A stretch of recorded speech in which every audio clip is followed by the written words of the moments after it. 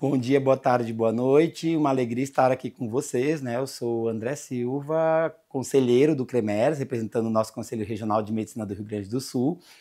E hoje a gente vai falar de um assunto que é super importante e essencial, que é a redação correta de documentos médicos.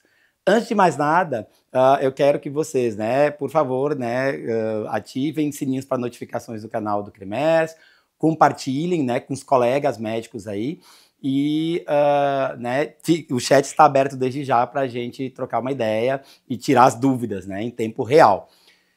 Lembrar, então, quando a gente fala de documentos médicos, que esses documentos eles não são apenas uma burocracia, eles são atos médicos e assim eles têm peso ético, legal e científico. E eu ainda diria mais, eles têm impacto direto na vida dos pacientes e na própria proteção dos médicos, né, com fins de respaldo ético legal.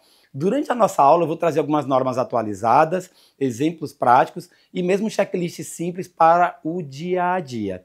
Fiquem à vontade para anotar dúvidas e, obviamente, a gente está com o nosso plantão aberto desde já para seguir conversando, então, aqui tirando as dúvidas de todos vocês. Então, assim, a gente vive, importante lembrar que a gente vive um momento de muita judicialização da própria saúde, né? A gente vem tendo uma judicialização cada vez mais crescente porque os nossos documentos eles são usados em processos dos mais diversos tipos, né, judiciais, trabalhistas e previdenciários. Eu começo trazendo a reflexão do Supremo Tribunal Federal no tema 793, que reconheceu que decisões judiciais podem sim afetar o equilíbrio do SUS. E isso vai mostrar o peso do que a gente escreve, né? Por ser um ato médico, tem uma importância. Então, um atestado ou relatório mal feito pode não apenas prejudicar o paciente, mas mesmo comprometer recursos de todo o sistema de saúde. Por outro lado, documentos claros e bem elaborados, eles protegem todo mundo. Eles protegem o paciente, o médico e a sociedade como um todo. E ainda em cima disso, o Conselho Federal de Medicina publicou a resolução de número 2381 de 2024, que vem padronizar a nomenclatura e define os requisitos mínimos para documentos médicos. Importante lembrar também no nosso bom e velho Código de Ética Médica, em seu capítulo 10, que vai ter lá dos artigos 80 ao 91, todo o regramento envolvendo documentos médicos. E eu ainda tenho o artigo 11 do mesmo Código de Ética Médica que vai falar das questões que envolvem não prescrever de forma ilegível e deixar de se identificar, né, ter uma vedação para nós médicos, de deixar de identificar-nos, né, usando o número do registro. Então agora a gente vai detalhar alguns exemplos aqui de documentos médicos a partir da resolução, então, do CFM 2381. Lembrar uma coisa óbvia, idealmente, né, a gente diz a finalidade do documento, a do atestado, por exemplo, pegando especificamente, né, o atestado médico de afastamento, o que a gente vai ter é essa finalidade, seja afastamento laboral, seja afastamento para atividades escolares, ele precisa justificar incapacidade ou mesmo ausência, né? Ele é para justificar, não precisa explicitar a incapacidade. Ele vai ter algumas premissas básicas, né? Ele vai ter a identificação do paciente, tem que ter o período de afastamento e a assinatura. E aqui eu abro um parêntese para lembrar que o atestado ele já pressupõe início, meio e fim. É muito comum alguns profissionais falarem que alguns locais como escolas pedem uma declaração de apto a retornar às atividades. E não tem sentido isso do ponto de vista ético-legal, tá? O atestado ele tem começo, meio e fim. Se eu dei um atestado, por exemplo, de 5 dias, o 6º dia automaticamente já é retorno às atividades, seja atividades escolares, seja atividades laborais, né, de trabalho. Importante lembrar que o Código Internacional de Doenças, né, o CID, ele sempre vai ser com autorização do paciente. Ter um cuidado para lembrar que o CID é importante que o próprio paciente nos autorize, né? Então, o CID ele tem que estar com autorização expressa do paciente, não só o CID como o próprio diagnóstico, porque a gente sabe que tem algumas condições estigmatizantes, né? E o CID, em tese, ele não é uma obrigatoriedade. Tanto que algumas empresas vão ter o médico do trabalho que faz a homologação do atestado quando ele não tem CID. Lembro vocês também que atestado para médicos assistentes, eles no máximo vão até 15 dias. Eu tenho atestados acima de 15 dias quando eu sou médico, por exemplo, que trabalha em alguns regimes estatutários, determinadas prefeituras, órgãos federais que têm um estatuto próprio, onde a gente determina o número de dias, tá? Aí a gente parte para um exemplo correto, né, de atestado, né? Eu vou ter aqui, por exemplo, não é um erro escrever os devidos fins, mas idealmente a gente pode colocar a finalidade específica, né, por uma questão de resguardo. Para fins de afastamento de atividade laboral, para fins de afastamento de atividades escolares, né?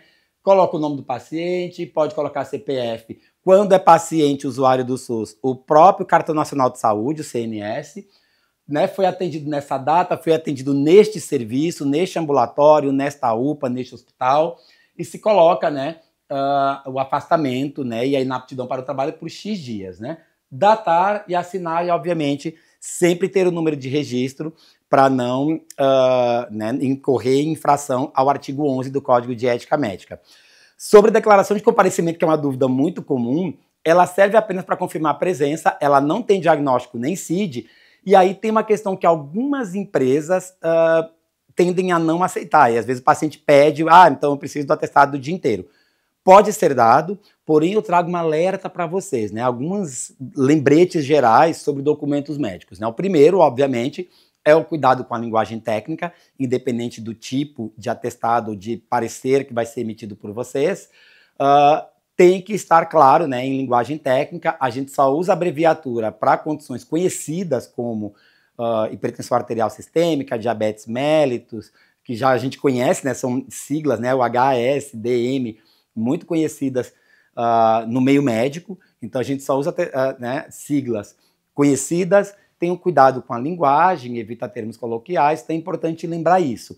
E nunca, né, e aí também tem uma questão que alguns pareceres do CFM, né, e de alguns CRMs nos trouxeram, que é a questão do atestado retroativo. A gente só dá atestado retroativo em situações de exceção e eu preciso vincular ao registro em prontuário. Eu não dou atestado retroativo de paciente que eu não atendi, porque aí também eu vou incorrer em infração lá em artigos do capítulo 10 do nosso Código de Ética Médica. Seguindo ainda, né, falando da própria declaração de comparecimento, a gente tem um exemplo, né, de declaração correta, declaro, e aí com finalidade específica, ou devidos fins, pode-se colocar o turno que o paciente ficou, ou o horário, né, e mais uma vez também se data e assina. Não vai CID. Cuidar para não confundir declaração com atestado, né? Declaração a gente dá ali para o período, atestado, aí eu dou no mínimo um dia e usualmente para médicos assistentes no máximo 15 dias. Daí eu entro agora no segundo documento, que é um atestado de saúde ocupacional. Ele não é uma premissa exclusiva do médico do trabalho, ainda que a grande maioria, né, seja dado por médico do trabalho. Ele vai afirmar aptidão ou inaptidão para o trabalho. Não se inclui dados clínicos além do necessário, tá? Tenham cuidado com isso, para não né, correr além de dados adicionais, porque aí já fica uma confusão com o relatório médico circunstanciado. Tenham cuidado com isso.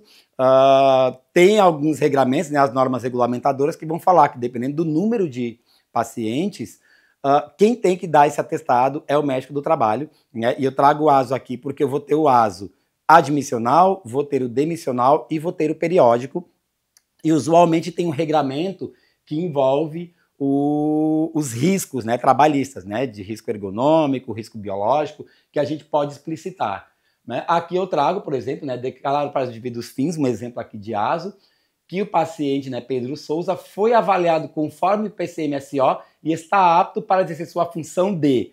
E aí, às vezes, é comum ter um formulário sinalizando os riscos, né? A gente tem a lista de riscos e está colocado, então, também para datar e colocar o número do registro do CRM, né? Importante deixar claro. Ainda que, usualmente, isso aqui, na maioria das vezes, é feito em serviços de medicina do trabalho. Pode eventualmente acontecer, alguns médicos, eu sei que do SUS, eles recebem atestados ocupacionais, às vezes, né, para fins de admissão. Esse é um modelo bem simples para dar uma aptidão, quando eu percebo, né, para uma incursão em cargo público, né, admissão numa escola, enfim, assim por diante, tá? Mas isso aqui requer, inclusive, acho que uma aula própria só para falar de ASO, assim como a nossa próxima conversa, que é a declaração de óbito. Só estou lembrando algumas questões aqui da declaração de óbito muito rapidamente, porque isso já tem aula própria, né, da declaração de óbito, porque ela é um documento oficial, tem que ter todo um cuidado, e aí eu só vou trazer um lembrete aqui, que é listar os eventos exatamente na ordem que causaram o óbito, né? E lembrar que o evento final, né, evitar as obviedades de parada cardiorrespiratória ou falência de múltiplos órgãos e sistemas, porque isso é redundante. O que a gente tem que listar são as patologias e possíveis complicações do que levou essa pessoa de fato ao óbito. Então, a gente tem que colocar a causa básica da morte, se foi uma embolia pulmonar, se foi, né, uma sepsemia, eu preciso listar isso e não exatamente colocar redundância. Lembrar que erros podem gerar repercussões civis e criminais, porque, inclusive, tem os elementos aí de quando envolve morte por causa externa, que não é conosco, mas não é conosco médico assistente, mas tem todo um rigor na declaração de óbito quando feita, porque, inclusive, se morre, por exemplo, um paciente, aí eu vou já tirar uma dúvida aqui, que é comum surgir entre nós, trabalho na unidade de saúde, né? Sei lá, sou pediatra, e uma criança com uma condição crônica faleceu na área da unidade. Posso dar a declaração de óbito? Se tu acompanhavas essa criança e tu tem o registro devido em prontuário, pode até deve fazer, tem um regramento, vários municípios têm inclusive portarias e leis falando que sim, explicando o regramento de como emitir essa declaração de óbito com segurança, digamos assim, tá? Então, é só fazendo um resumo, porque isso é um outro momento, requer uma aula toda própria, trazendo exemplos de declaração de óbito. A gente segue, né, e aqui é um exemplo, às vezes eu dou para fins de seguro a declaração de óbito, eu posso colocar, obviamente, com a autorização do responsável, do familiar direto, a causa-morte, tá? A gente pode fazer uma declaração simples assim, independente daquele formulário que nós todos conhecemos, eu não trouxe aqui porque não era o foco, mas eu posso muitas vezes, para fins de seguro, fazer uma declaração simples dessa, para fins de dar baixa em algumas operadoras de saúde, ainda que o documento oficial seja a declaração de óbito, aquela numerada, em 3 vias, eu posso dar declarações menores para seguradoras, colocando a causa morte e, óbvio, com autorização expressa do acompanhante. Então, pessoal, seguindo na nossa conversa, a gente fala agora do chamado relatório médico circunstanciado. Ele vai descrever, desde a condição clínica, exames e condutas. Ele tem que ser claro e objetivo e ele tem um motivo, tá? Tem vários motivos pelos quais a gente emite relatório médico. Desde, por exemplo, relatórios médicos para a imprensa, quando tem, por exemplo, uma pessoa famosa, um chefe de Estado, e aí a equipe, né, médica precisa dar uma devolutiva para a imprensa, seja para fins da própria avaliação para INSS, né, que é o famoso laudo, como a gente chama, ele pode ser descrito na forma de relatório médico circunstanciado, e ele tem algumas questões que são importantes. Eu tenho que ser muito objetivo e eu não posso emitir opiniões irrelevantes e especialmente emitir juízo de valor, tá? Eu trago isso porque é muito comum, por exemplo, fazer um relatório de um paciente que está aguardando, sei lá, um procedimento cirúrgico, que está em fila de regulação, que isso toma um tempo. Eu não posso emitir juízo de valor no documento sobre a demora. O sistema não funciona, sei lá, o SUS está com problema no meu município, no meu hospital. A gente evita colocar isso né, no relatório médico circunstanciado. Parece uma redundância, mas creiam, eu já vi acontecer, e então a gente fica atento para realmente ser o mais objetivo possível, e o nosso papel como médicos assistentes é contar a história. O que a gente tem que fazer é contar a história desse paciente. E aí eu trago um exemplo, né, de paciente com diagnóstico de diabetes tipo 2, usando regularmente metformina 850 miligramas, 2 vezes por dia, apresentou hiperglicemias persistentes, solicitei novos exames, encaminhei ao endócrino. Esse relatório não só ele serve, deu o exemplo da imprensa, como ele é muito usado em plataformas de regulação. Quando eu encaminho né, o médico generalista, médico da atenção primária, mesmo um especialista encaminha para outro especialista, é muito comum a gente fazer esse relatório narrando a história. É um paciente com quadro tal, né? É um resuminho do caso clínico, né? Resumidamente, o parecer médico circunstanciado é isso. Ele fala da circunstância que o paciente se encontra hoje e, por sua vez, quais são as condutas que eu considero importantes, tá? Falando aí, esse documento é um documento um pouquinho mais polêmico, né, que é o parecer técnico. Ele é um documento opinativo fundamentado em ciência, e eu já adianto que o termo é parecer técnico, tá? A resolução do conselho deixa muito claro que não é nota técnica. Nota técnica ela tem um caráter informativo pedagógico e não tem para fins de parecer. O parecer técnico mais comum que a gente conhece é o para a Defensoria Pública, e certamente alguns de vocês já se deparou com formulários que vieram da Defensoria, né? A gente falou da judicialização da saúde, então eu trago um exemplo aqui de parecer técnico que pode ser feito de duas formas, ou usando o relatório padrão que a Defensoria Pública muitas vezes manda, e aí eu atento vocês, né, que a expertise médica ela entra na frente nesse momento, porque eu vou preencher aquilo que eu tenho segurança. Porque é muito comum se judicializar, por exemplo, medicamentos de alto custo, judicializar, às vezes, exames e até sessões com profissionais como, sei lá, terapeuta ocupacional, fonoaudiólogo, que às vezes o município não dispõe. E aí a gente lançar isso, né? E como eu falei no início, aí é que mora o perigo da gente. Dependendo do que se escreve, a gente pode causar um pequeno problema, né, na questão do sistema de saúde, porque muitas vezes o paciente nem vai ter acesso. Então, é importante ter um cuidado com o parecer, porque eu tenho duas maneiras de fazer. Ou usando realmente o formulário, ou fazendo um texto corrido. E eu trago um exemplo aqui, né?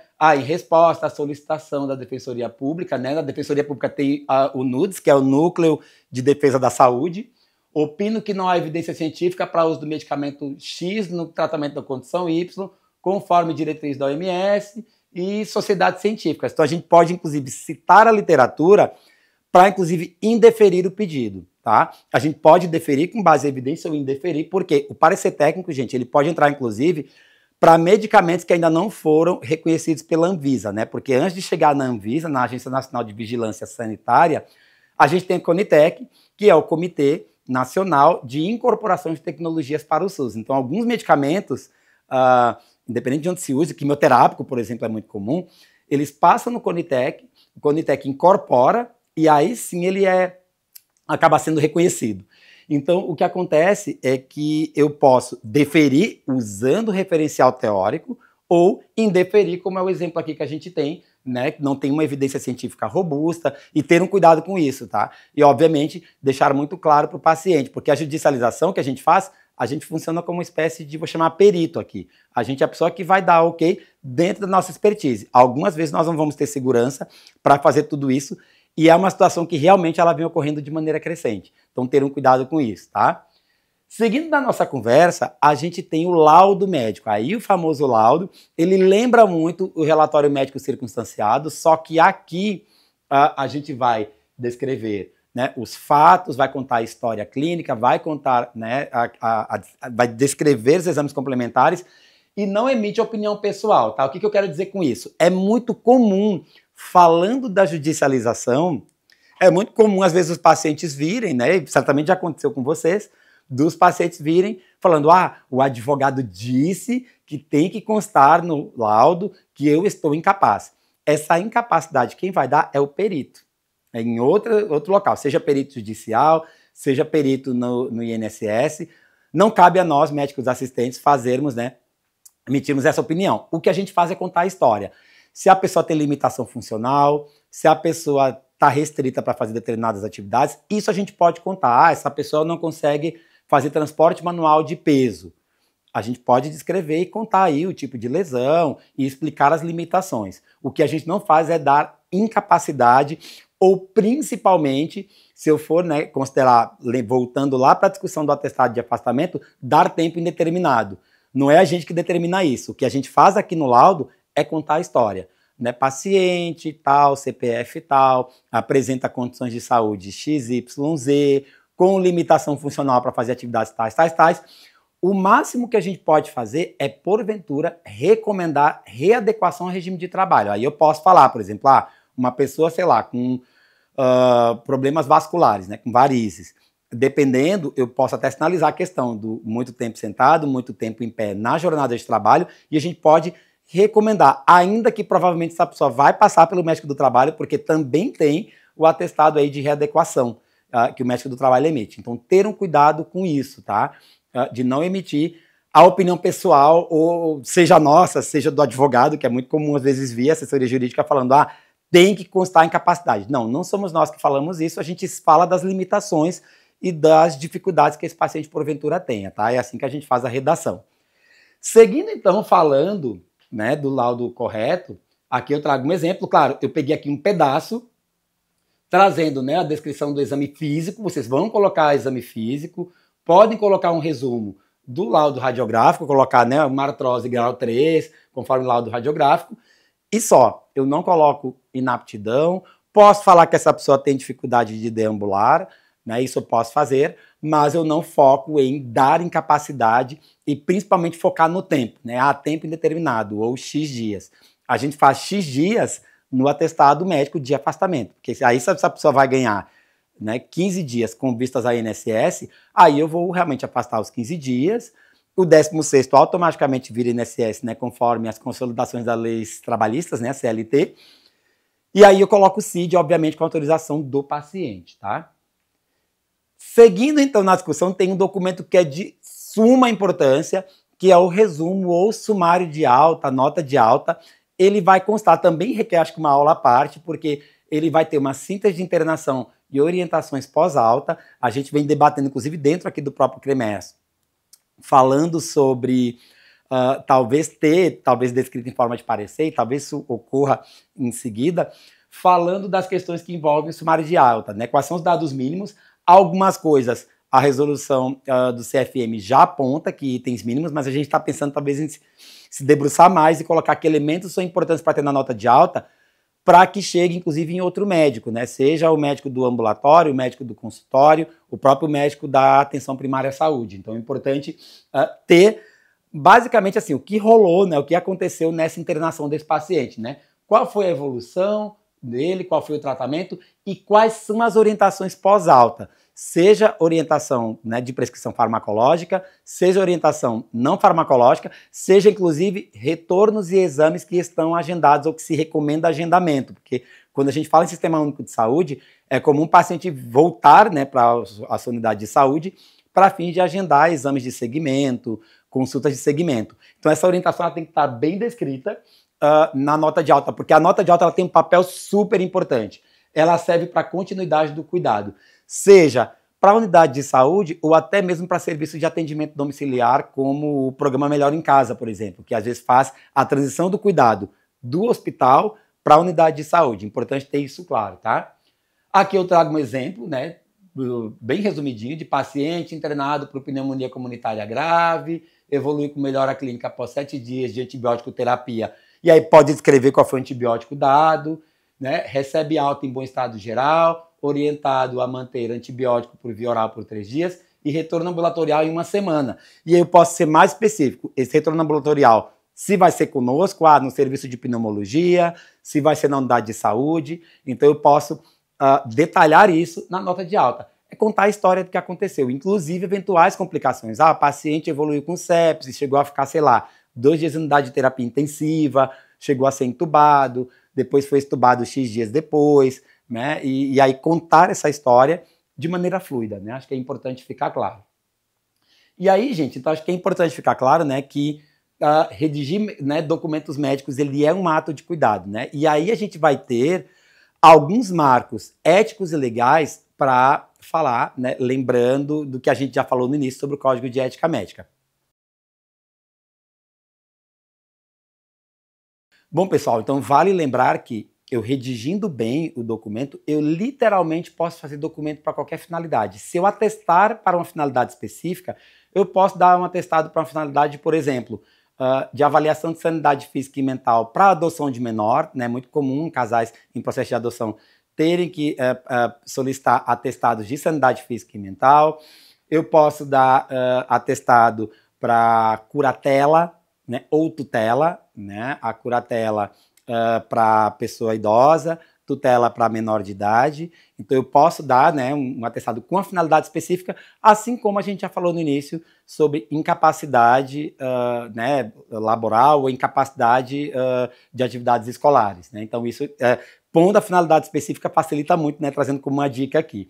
Lembrar vocês, né, eu quero relembrar os marcos éticos e legais que envolvem a emissão de atestado, né? O Código de Ética ele vai trazer princípios muito claros, desde o artigo 11, que vai vedar documentos ilegíveis ou sem a nossa identificação, atentar para o carimbo estar bem descrito. Por isso que hoje em dia o atestado digital facilita muito, porque ele já vai explicitado lá, né, o nosso número de registro, tem uma validação até mais segura. Todo o capítulo 10, que é dos artigos 80 ao 91, vão tratar de toda a questão da documentação médica. E aí, gente, eu preciso lembrar vocês, né, o artigo 93, que vai, 92 e 93, onde é vedado ao médico assinar laudos periciais, auditoriais ou de verificação médico-legal, caso não tenha realizado pessoalmente o exame. Então, perícia requer uma avaliação direta. E o artigo 93, né, que vai falar da vedação em ser perito ou auditor do próprio paciente, de pessoa de sua família, ou qualquer pessoa com quem tenha relações capazes de influir no trabalho, né, quando tem conflito de interesse. Então, é importante atentar para isso, porque a gente não é perito, né? Eu estou lendo exatamente o capítulo de auditoria e perícia médica. Como não somos peritos, a gente não entra nessa seara do emitir pareceres como peritos.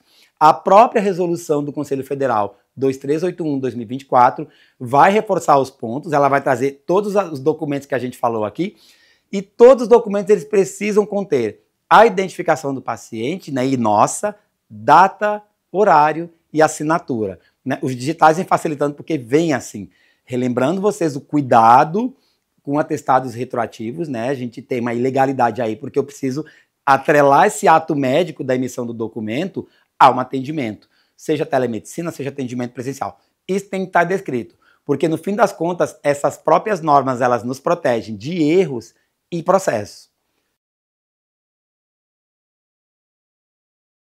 Então, pessoal, falando de um checklist simples para emissão de qualquer documento, né? Tem um checklist básico que a gente faz. O primeiro, identificar o paciente e o próprio profissional emissor, né? O próprio médico emissor. Segundo, data e hora. Declaração de comparecimento, lembrar que vai o turno. Atestado médico, vai o número de dias e mesmo o horário do atendimento. O item 3 do checklist, né, que é descrever fatos claros e objetivos. Lembrem que escrever bem não é escrever muito. Também eu não posso ser tão lacônico ao ponto de não escrever nada. Eu preciso contar a história, com os detalhes mínimos, com o rigor que precisa. Usar a denominação correta, evitando o juízo de valor, e usar a nossa linguagem técnica. Lembrar que o CID precisa de autorização do paciente, expressa, né, no fim das contas, e assinada. E claro, ter a assinatura, ter o carimbo, né, o atestado digital facilita muito isso, né, no nosso próprio portal CREMES tem isso. E a gente seguindo esse passo a passo, a gente reduz bastante o risco de erros, né? Então é importante lembrar.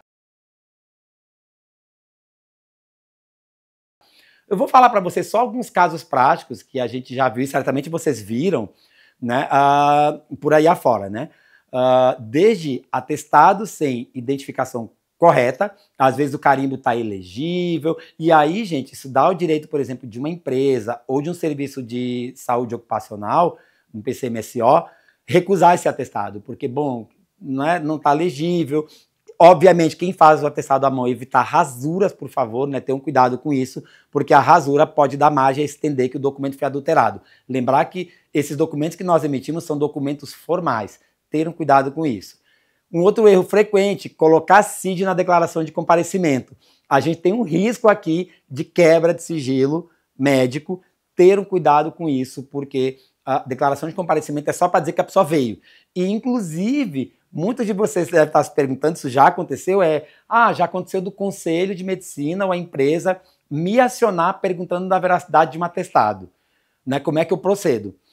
Existe o chamado princípio da fé pública no direito, e a gente, né, emite esse princípio, e a gente pode sim, o que a gente não vai fazer é quebrar o sigilo dando detalhes do que consta no atestado, mas eu posso sim dizer que o senhor fulano, a senhora cicrana, foi atendida assim nesse serviço, e principalmente que o atestado que eu emiti é meu, eu reconheço, seja, né, dando a legitimidade desse atestado, seja inclusive dizendo, olha, está adulterado. Né? Já aconteceu comigo mesmo, inclusive, de ter atestado adulterado, e eu sinalizar tanto para o próprio Conselho de Medicina, porque é comum as empresas, não tendo contato do profissional, eles vêm até o Conselho e o Conselho faz contato com a gente. Então não se assustem se o Conselho por acaso ligar perguntando sobre veracidade de atestado. Apenas respondo Ontem mesmo aconteceu com uma colega minha, que ela falou assim, uma empresa, a assessoria jurídica de uma empresa me procurou, perguntando sobre 3 atestados que eu emiti. O que eu respondo? Eu falei, bom, tu reconhece os atestados? Sim ou não? Tu vai apenas dizer isso. Reconheço, não reconheço, tem rasura, não tem rasura.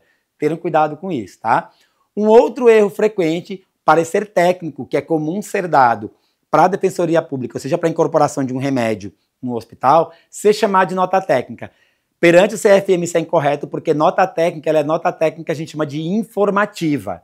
A nota técnica, ela vai discorrer sobre um fármaco, um procedimento, apontando, né, com um fim quase pedagógico, para sinalizar que regramento nós vamos ter acerca desse procedimento que está descrito na nota técnica. O parecer, ele é de paciente. A nota técnica, ela é de procedimento, de medicamento, é uma outra coisa, tá?